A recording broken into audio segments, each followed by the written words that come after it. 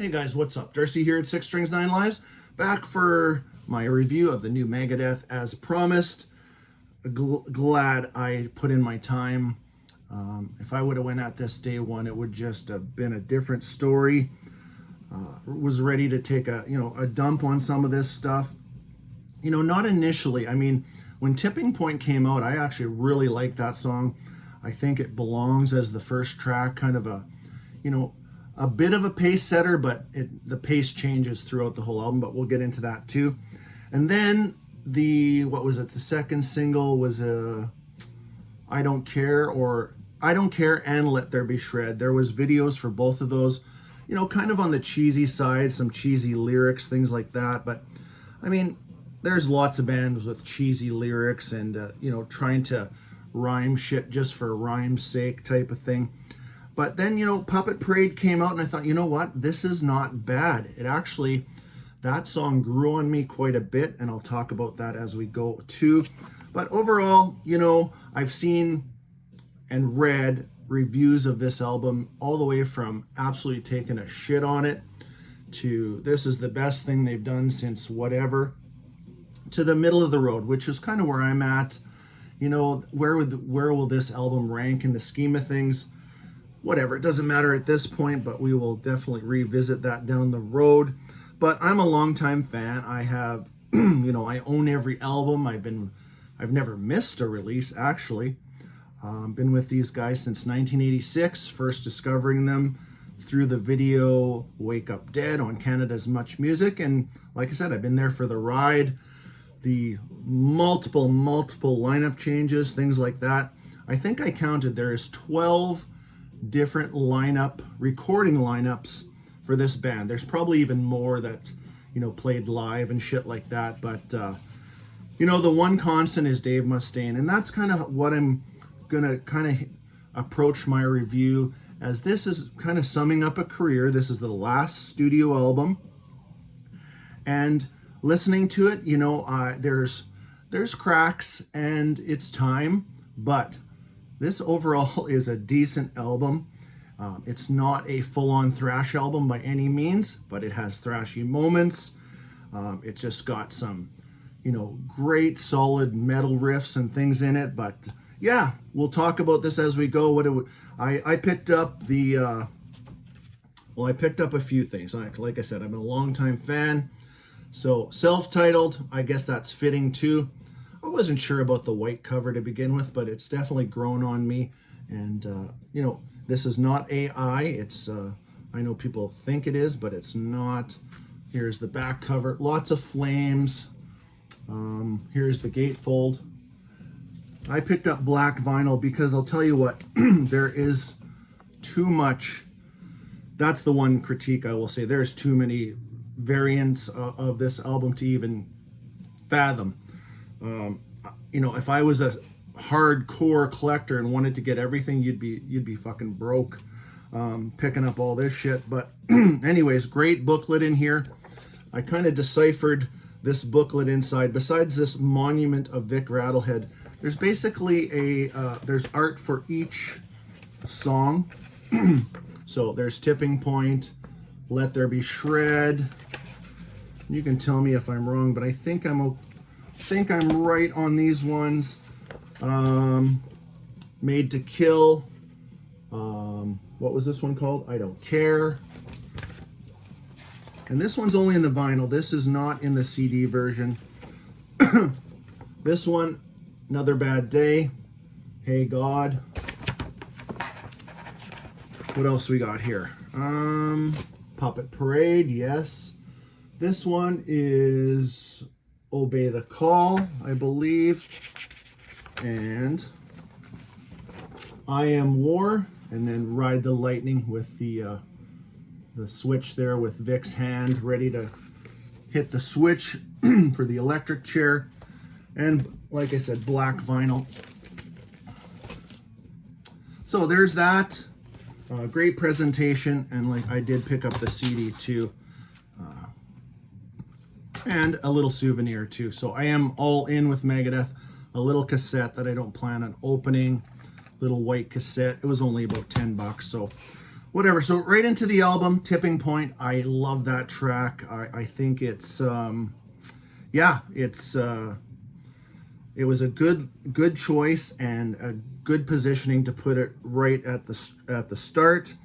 There is a breakdown on that song between, where is it, 3 minutes and 15 seconds. It actually slows right down and then just hits you hard, crushes right back into the main riff. The punky song, I Don't Care, I wasn't keen on that to begin with too, and that video, I mean, if you've watched that, it is pure cheese. And I thought, okay, I'm no spring chicken either, and I got Dave there, 65 years old. It was almost a little childish, but whatever. The song started to grow on me.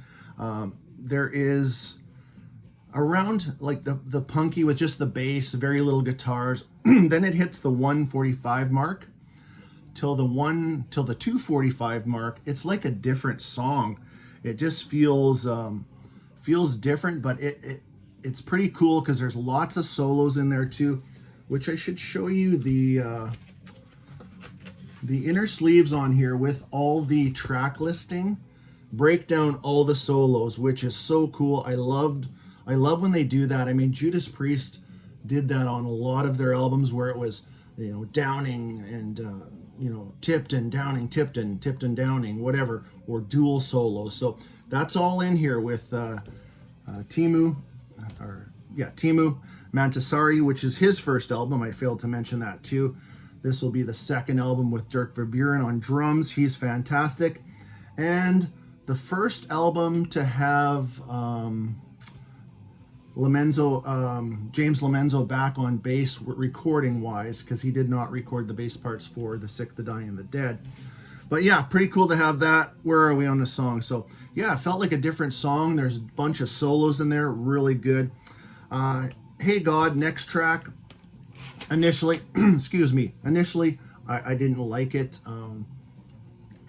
Mid-paced, it caught on. It's actually caught on with me a little bit now too. Let There Be Shred is just, one of the speedier tracks, a bit of a scorcher.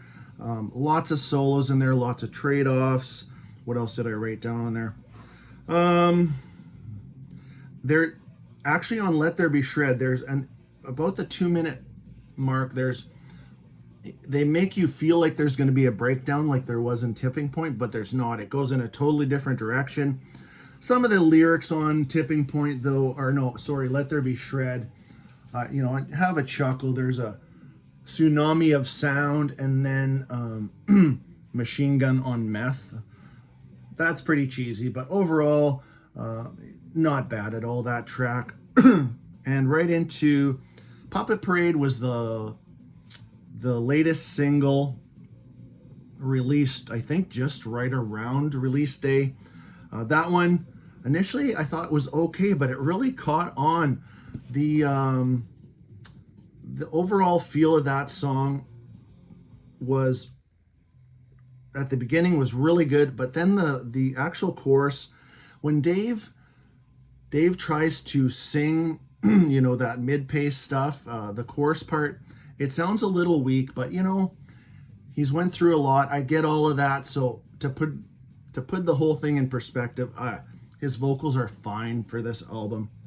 But that track I wrote down here because I don't want to forget. Puppet Parade's very catchy and reminds me of a track on Hidden Treasures called Angry Again. Let me know if that reminds you of Angry Again too.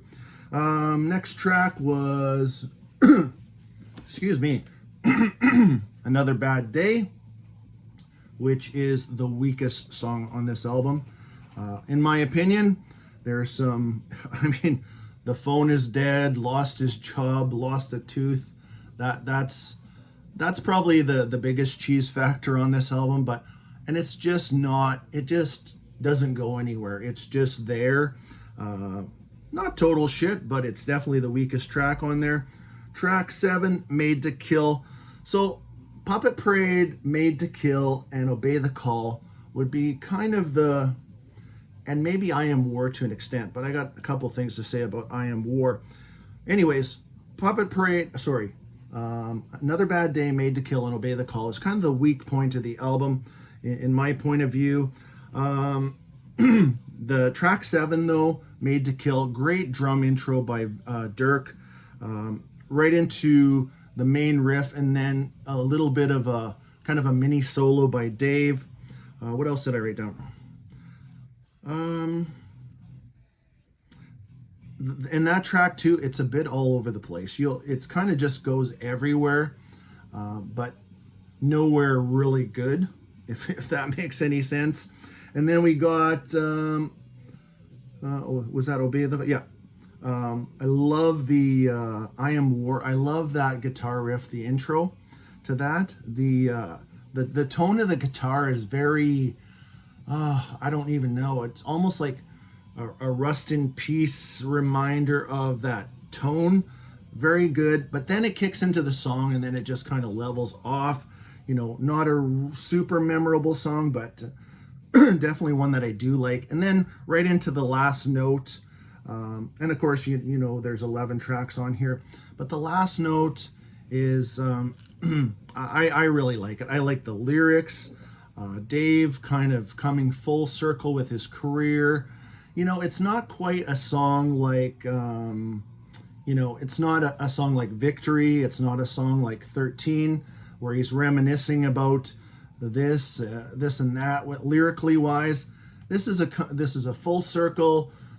Here it is. Here's our last album, our last will and testament of Megadeth, and I think it's really good too. And then we go the bonus track. So that's the main album, which is about 41 minutes, perfect length for an album. I know that's the one thing I really like, The Sick, the Dying, and the Dead, but at 55 minutes it was too long. This one, 41 minutes, not counting Ride the Lightning, which Ride the Lightning, I have no problem with him doing that. Dave has the, I wouldn't say ability, but he always will remind you of little things that he's done. Dude, you're a legend. You know, we fucking know what you've done. We don't need reminders, but Ride the Lightning was a reminder that, hey, I wrote part of that song. Or, you know, the video for Let There Be Shred. I'm a black belt in whatever, you know, or just those constant little, I wouldn't call them stabs, but they're little reminders of like, hey, I'm an important guy, which whatever, doesn't bother me that much. But Ride the Lightning, the vocals are weak, but you know what? Here we are 17 years later. Would James Hetfield be able to deliver those kind of vocals this day? I highly doubt it either. But yeah, I don't mind that. I just kind of counted it as, that's why it's worded the bonus track. And my version doesn't have any of those other songs like Bloodlust, or there's one other one too. So, and good marketing with all these versions and shit like that. But overall, this is it's a decent album. I think it will be, I don't know. Where will it rank?